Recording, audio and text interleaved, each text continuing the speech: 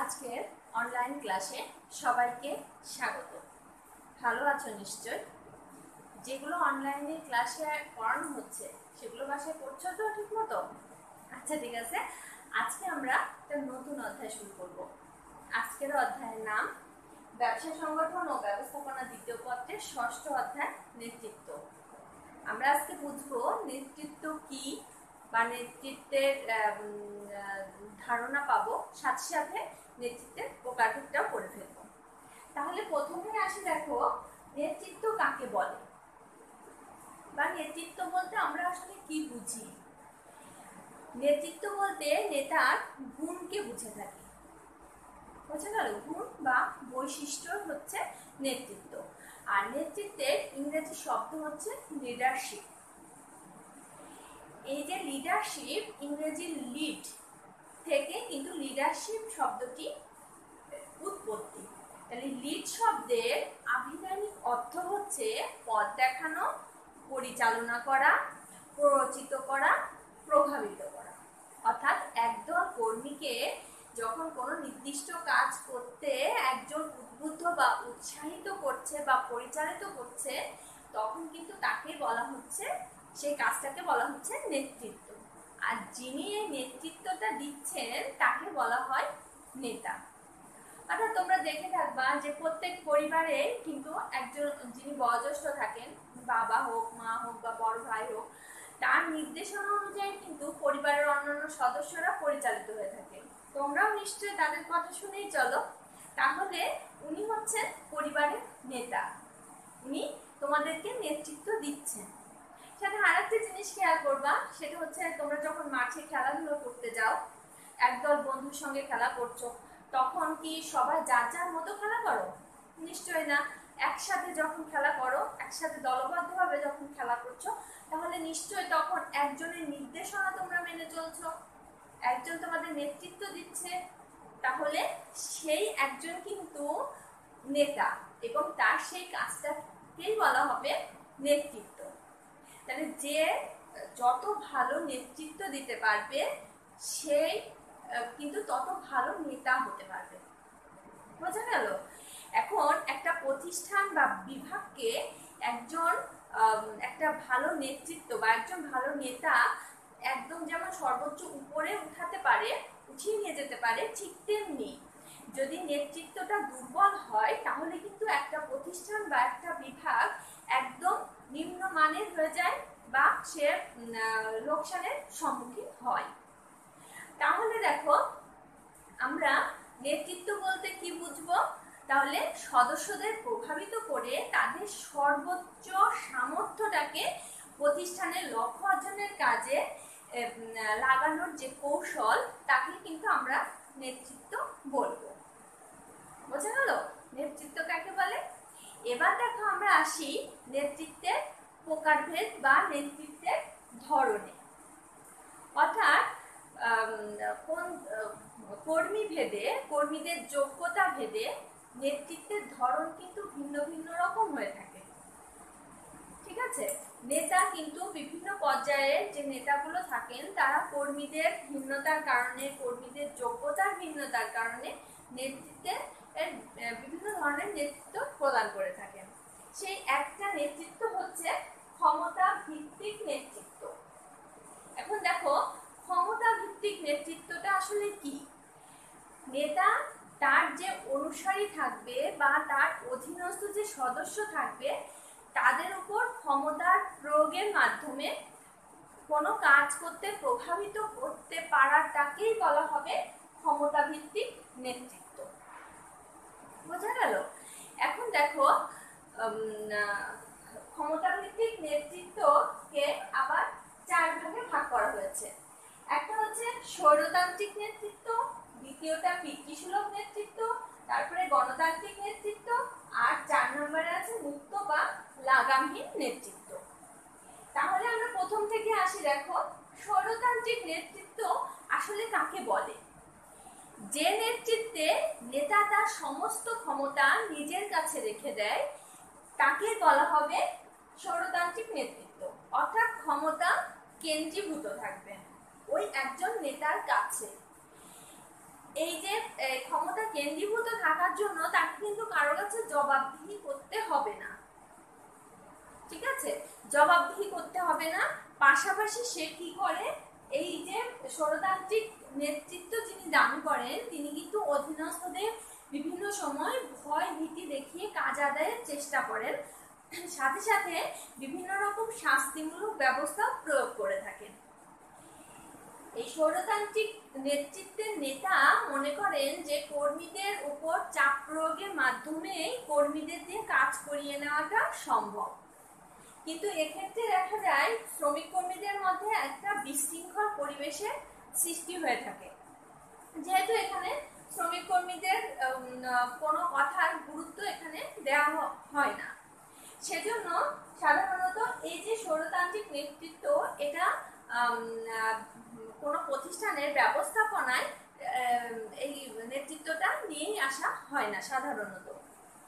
এরপরে দেখো, এই যে স্বরতান্ত্রিক নেতৃত্বে কিছু সমস্যা থাকার কারণে পরবর্তীতে আরেকটা নেতৃত্ব আসে, সেটা হচ্ছে পিতৃসুলভ নেতৃত্ব। এখন পিতৃসুলভ নেতৃত্ব কাকে বলে?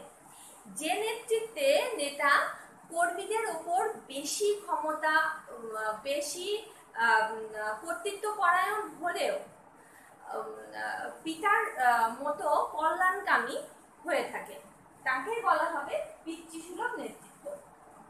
অর্থাৎ এক্ষেত্রে কিন্তু দেখো এখানে নেতা কি করে থাকেন, সেটা হচ্ছে নেতার প্রতি কর্মীদের একটা শ্রদ্ধাবোধ কিন্তু জন্মে, সাথে সাথে কর্তৃত্ব এবং ক্ষমতাও কিন্তু নেতার কেন্দ্রীভূত থাকে। আর পাশাপাশি দেখো এখানে আরেকটা জিনিস হয়, সেটা হচ্ছে যে কর্মীরা নেতার কথা শুনতে বাধ্য থাকে। তারপরে এক্ষেত্রে এই পিতৃসুলভ নেতৃত্বের শ্রমিক আন্দোলনও কিন্তু রোধ হয়। অর্থাৎ যে দেখো স্বরতান্ত্রিক নেতৃত্বে একটা ইতিবাচক রূপই হচ্ছে পিতৃসুলভ নেতৃত্ব। বোঝা গেল? এরপরে দেখো গণতান্ত্রিক নেতৃত্ব। এই গণতান্ত্রিক নেতৃত্বটা আসলে কি? এটা হচ্ছে ঊর্ধ্বতন কর্মকর্তা তার অধীনস্থ যে সদস্যবৃন্দ থাকবেন তাদের সাথে আলাপ আলোচনার মাধ্যমে যে কোনো সিদ্ধান্ত গ্রহণ করে থাকে। অর্থাৎ এখানে পরামর্শ নিয়ে থাকেন, অর্থাৎ পরামর্শমূলক নির্দেশনার মতো একটা কাজ এখানে কিন্তু হয়ে থাকে। সেটা হচ্ছে যে নেতা সবসময় তার অধীনস্থ বা অনুসরী যারা থাকবেন তাদের সাথে মত বিনিময় করেন এবং অধিকাংশ মত যেই দিকে যাবে সেই মতটাকেই কিন্তু গ্রহণ করে থাকেন। ফলে কি হচ্ছে দেখো, শ্রমিক কর্মীদের মধ্যে যে অসন্তোষ সেটা থাকছে না, পাশাপাশি শ্রমিক কর্মীদের মধ্যে মনোবলটা আরো উন্নত হচ্ছে, তাদের কাজ করার স্পৃহাটা আরো বেড়ে যাচ্ছে। আর এই যে গণতান্ত্রিক নেতৃত্ব কখন আরো বেশি সফল হয় জানো? যখন অধীনস্থ কর্মীরা অনেক বেশি দক্ষ হয়ে থাকে বা অনেক বেশি যোগ্য হয়ে থাকে, তখন কিন্তু এই গণতান্ত্রিক নেতৃত্বটা অনেক বেশি কার্যকর হয়। অর্থাৎ যখন একজন নেতা অধীনস্থদের কাছ থেকে মতামত চাইবে, তখন কিন্তু যদি যোগ্য কর্মী অধীনস্থরা যদি যোগ্য হয়ে থাকে বা দক্ষ হয়ে থাকে, সেখান থেকে মতামতটা কিন্তু প্রতিষ্ঠান মানে যাতে উন্নতি হয় সেই দিকে বেশিটা সাপোর্ট করবে। ফলে কি হচ্ছে দেখো, প্রতিষ্ঠানে গণতান্ত্রিক নেতৃত্বের ফলে প্রতিষ্ঠানে কর্মীদের কাজের স্পৃহাটা বৃদ্ধি পাচ্ছে, ফলে প্রতিষ্ঠান লাভবান হচ্ছে। এরপরে দেখো 4 নাম্বারটা মুক্ত বা লাগামহীন নেতৃত্ব। মুক্ত বা লাগামহীন নেতৃত্ব কাকে বলে? তাহলে লাগামহীন নেতৃত্বে নেতা কর্মীদের উপর দায়িত্ব দিয়ে নিজে কিন্তু কর্মবিমুখ হয়ে থাকেন, অর্থাৎ নিজে কোনোই কাজ করবে না, সব কাজ কর্মীদের উপর ছেড়ে দেন, শুধুমাত্র কি করেন, লক্ষ্যটা নির্দিষ্ট করে দেন। তারপরে শ্রমিক কর্মীরা কাজ করছে না বসে আছে, কিভাবে কাজ করছে না করছে তদারকি করা কিছুই কিন্তু এই নেতা করেন না। কর্মীরা সমস্ত কিছু কাজকর্মগুলো ঠিক করে নিয়ে আসেন বা সিদ্ধান্তটা নিয়ে আসেন, শুধুমাত্র অনুমোদন দেওয়ার ক্ষেত্রে তখন কিন্তু নেতা অনুমোদনটা দিয়ে থাকে। এক্ষেত্রে কি হয়, কর্মী কর্মীরা কর্ম বিমুখ হওয়ার প্রবণতাটা বৃদ্ধি পায়। অর্থাৎ যেখানে তদারকি নেই, যেখানে জবাবদিহিতা নেই, সেখানে কিন্তু কাজের যে সৌন্দর্যতা সেটা ফুটিয়ে তোলার কোনো প্রয়োজন আছে বলে কর্মীরা মনেই করে না। ফলে কি হয়, প্রতিষ্ঠান কিন্তু ক্ষতিগ্রস্ত হয়। এই দেখো গেল ক্ষমতা ভিত্তিক নেতৃত্বের 4টা ধরন। এরপরে আসি আনুষ্ঠানিকতা ভিত্তিক নেতৃত্ব। এখন আনুষ্ঠানিকতা ভিত্তিক নেতৃত্বকে আবার 2 ভাগে ভাগ করা হয়েছে। একটা হচ্ছে আনুষ্ঠানিক নেতৃত্ব আর দ্বিতীয়টা হচ্ছে অনানুষ্ঠানিক নেতৃত্ব। আগে আমরা বুঝবো যে আনুষ্ঠানিক নেতৃত্ব কাকে বলে। অর্থাৎ প্রতিষ্ঠানের সাংগঠনিক কাঠামোর ভিত্তিতে যখন নিয়ম অনুসারে নেতৃত্ব দেওয়া হয় তখন তাকে আনুষ্ঠানিক নেতৃত্ব বলা হয়ে থাকে। অর্থাৎ বিভিন্ন প্রতিষ্ঠানে দেখবা যে ঊর্ধ্বতন কর্মকর্তা অধীনস্থদের নির্দেশ দিচ্ছে, অধীনস্থরা কাজটা করছে এবং সেই ঊর্ধ্বতন কর্মকর্তার কাছে জবাবদিহি করছে, এভাবে কিন্তু কাজটা তারা করে থাকে। আবার যখন দেখো তোমাদের সংগঠন অধ্যায়টা পড়িয়েছিলাম, তখন সংগঠনের কাঠামোর মধ্যে পড়িয়েছিলাম সরৈখিক সংগঠন, মনে আছে তো? তাই সরৈখিক সংগঠনেও কিন্তু আমরা দেখেছি যে উচ্চ স্তর থেকে নির্দেশনাগুলো আসতে থাকে এবং নিম্ন স্তর থেকে জবাবদিহিটা যেতে থাকে। তাহলে এটা কিন্তু প্রতিষ্ঠানের নিয়ম মেনে, তখন নিয়ম মেনে যখন নেতৃত্বটা চলে আসে তখন তাকে বলা হবে আনুষ্ঠানিক নেতৃত্ব। বুঝতে গেল? এরপরে দেখো দ্বিতীয়টা যেটা, সেটা হচ্ছে অনানুষ্ঠানিক নেতৃত্ব। এখন আনুষ্ঠানিক নেতৃত্বটা তো বুঝলাম, তাহলে অনানুষ্ঠানিক নেতৃত্বটা আসলে কি? অনানুষ্ঠানিক নেতৃত্বটা হচ্ছে সাংগঠনিক কাঠামোর বাইরে যখন কোনো নিয়ম নীতি অনুসরণ না করে ব্যক্তিগত সম্পর্কের ভিত্তিতে যে নেতৃত্ব দেয়া হয় তখন তাকে বলা হয় অনানুষ্ঠানিক নেতৃত্ব। অর্থাৎ কি নিয়ম নীতির বাইরে আবার নেতৃত্ব কি? সেটা হচ্ছে দেখো যে অনেক সময় একটা বৃহদায়তন প্রতিষ্ঠানে অনেক কর্মী কিন্তু কাজ করে। যখন অনেক কর্মী কাজ করছে তখন সেখানে কিন্তু দেখবা যে একই সম্প্রদায়ের লোক আছে, তারপরে জন্মস্থানের লোক থাকবে সেখানে, তারপরে সেখানে বয়োজ্যেষ্ঠ লোক থাকবেন, সৎ যোগ্য ব্যক্তি থাকবেন, তারপরে জ্ঞানী ধর্মপ্রাণ এরকম মানুষ কিছু থাকবেন, তারপর রাজনৈতিক মতাদর্শের মানুষও থাকবেন। এরকম ভাবে কেউ না কেউ কারো না কারোর সাথে আকৃষ্ট হয়ে যায়। তখন কি হবে, তখন কিন্তু এই ক্ষেত্রে পদমর্যাদাটা ওইভাবে গণ্য করা হয় না। সেটা কি, যেমন ধরো নিম্ন স্তরের একজন বয়োজ্যেষ্ঠ আছেন বা জ্ঞানী ব্যক্তি আছেন, তখন ঊর্ধ্বতন কর্মকর্তা তার সাথে আলাপ আলোচনা করছে, কথা বলছে, ঠিক আছে, একই এলাকার মানুষ হিসাবে তার সাথে কথা বলছে, তার কাছ থেকে পরামর্শ নিচ্ছে। এভাবে তো একটা প্রতিষ্ঠান এভাবেই চলতে থাকে। সবসময় কি আনুষ্ঠানিক সম্পর্কের উপর কি প্রতিষ্ঠান পরিচালিত হয়? না, অনানুষ্ঠানিক সম্পর্কও কিন্তু তৈরি হয়ে যায়। সেরকমই একটা অনানুষ্ঠানিক নেতৃত্বও কিন্তু এসে যায় এই নেতৃত্বের ক্ষেত্রে। এরপরে দেখো আছে প্রেষণা ভিত্তিক নেতৃত্ব। প্রেষণা ভিত্তিক নেতৃত্বটা আসলে কি? সেটা হচ্ছে কর্মীদের উৎসাহ উদ্দীপনা এগুলো প্রদানের মাধ্যমে যখন ঊর্ধ্বতন কর্মকর্তা তার অনুসারীদের কাজে উদ্বুদ্ধ করে, কাজ করতে অনুপ্রাণিত করে, তখন তাকে বলা হবে প্রেষণা ভিত্তিক নেতৃত্ব। এই প্রেষণা ভিত্তিক নেতৃত্ব কিন্তু আমার 2 রকম হয়ে যায়, একটা হচ্ছে ইতিবাচক, একটা নেতিবাচক। এখন ইতিবাচক বলতে কিন্তু হাগত, অর্থাৎ এখানে যিনি নেতৃত্ব দান করবেন তিনি কিন্তু কর্মীদের আর্থিক অনার্থিক সমস্ত ভাবে কিন্তু প্রেষণা জুগিয়ে যান, অর্থাৎ উদ্বুদ্ধ করেন। শুধুমাত্র আর্থিক ভাবে কি কর্মীদের উদ্বুদ্ধ করা যায়? না, অনার্থিক ভাবেও কিন্তু কর্মীদের কাজে উৎসাহিত করা যায়, প্রশংসার মাধ্যমে, তারপরে সনদপত্র বিতরণের মাধ্যমে, তারপরে সুষ্ঠু একটা পরিবেশ প্রদানের মাধ্যমে, তাই তো? তাহলে যখন একজন নেতা তার অনুসারীদের এই যে ইতিবাচক প্রেষণার মাধ্যমে সেই কাজটা তাদের অনুসারীদের দিয়ে করিয়ে নিতে পারেন, তখন সেটাকে বলা হবে প্রেষণা ভিত্তিক ইতিবাচক নেতৃত্ব। এখন দেখো এই নেতিবাচক নেতৃত্বটা কি? নেতিবাচক নেতৃত্বটা হচ্ছে না বোধক। অর্থাৎ দেখো, যখন ঊর্ধ্বতন কর্মকর্তা বা একজন নেতা নেতৃত্ব দেবেন, তখন কি অধীনস্থ বা অনুসারী তার যারা থাকবেন তাদেরকে বিভিন্ন সময় ভয়ভীতি প্রদর্শন করবেন, তারপরে শাস্তি প্রদান করবেন। শাস্তি প্রদানের মাধ্যমে তাদের কাছ থেকে কাজ আদায় করে নেওয়ার চেষ্টা করেন। এইগুলো হচ্ছে নেতিবাচক প্রেষণা।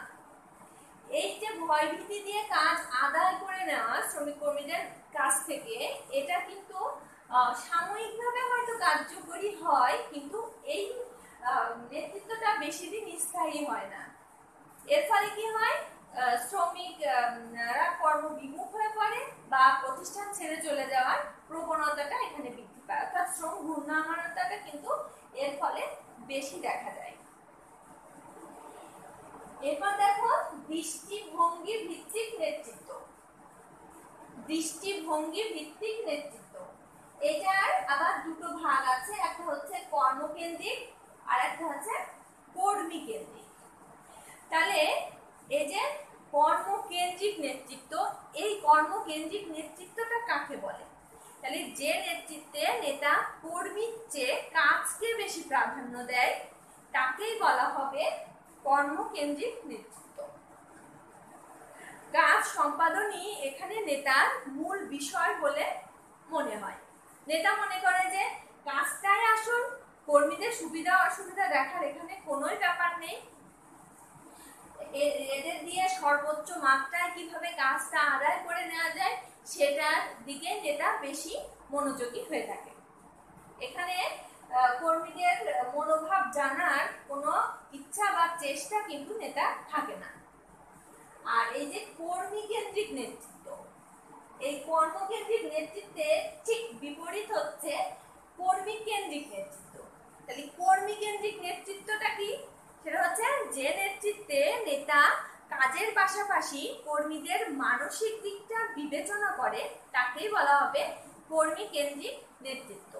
অর্থাৎ এখানে নেতা কর্মীদের সমস্যাটা শোনেন, সমস্যাটা সমাধান করেন এবং কর্মীদের সন্তুষ্ট রাখার চেষ্টাও করেন।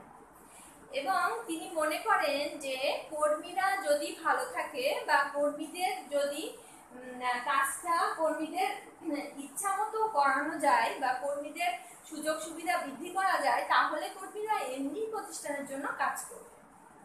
এক্ষেত্রে নেতা সেটা মনে করে এই যে কর্মী কেন্দ্রিক নেতৃত্বটা প্রদান করে থাকে। বোঝা গেল? আজকে দেখো এই যে নেতৃত্বের যে প্রকারভেদ বা ধরনটা আমি পড়ালাম, এর মধ্যে দেখো অনেকগুলো কিন্তু ভাগ আছে।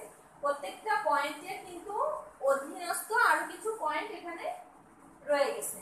এগুলো থেকে কিন্তু সৃজনশীল প্রশ্ন হবে, প্রত্যেকটা থেকে একটা করে উদ্দীপক হবে বা হতে পারে। গতদিন একটা উদ্দীপক আমি দিয়েছিলাম, আশা করি সেটা তোমরা সবাই বাড়িতে রেডি করেছো। তাহলে আরো আজকে যে প্রশ্নগুলো পড়ানো হলো সেগুলোর মধ্যে থেকেও কিন্তু ক নম্বর বা খ নম্বরের প্রশ্ন আসবে। আবার এগুলো থেকে শুধুমাত্র যে উদ্দীপকই আসবে তা না, এখান থেকে কিন্তু সৃজনশীল প্রশ্নে ক খ নম্বরের প্রশ্নটাও আসতে পারে তোমাদের। আবার এখান থেকে কিন্তু বহু নির্বাচনী প্রশ্নও হতে পারে। অর্থাৎ আমার আলোচনার মধ্যে এমন কিছু কথা কিন্তু উঠে এসেছে যেখান থেকে তোমাদের বহু নির্বাচনী প্রশ্নটা এসে যেতে পারে। অতএব একটু মনোযোগ দিয়ে ক্লাসটা করবে, আর সাথে সাথে কি ওই ক্লাস শেষে কিন্তু বইটাও একটু পড়ে ফেলো, তাহলে দেখবা একবারে পুরোটা মুখস্থ হয়ে গেছে বা মনে রাখাটা সহজ হবে। অত বেশি মুখস্থ করার প্রয়োজন নেই, এটা ক্লাসটা করলেই আমার মনে হয় যে সৃজনশীল প্রশ্নের উত্তরটা দিতে পারবে। তাহলে আজ এ পর্যন্তই।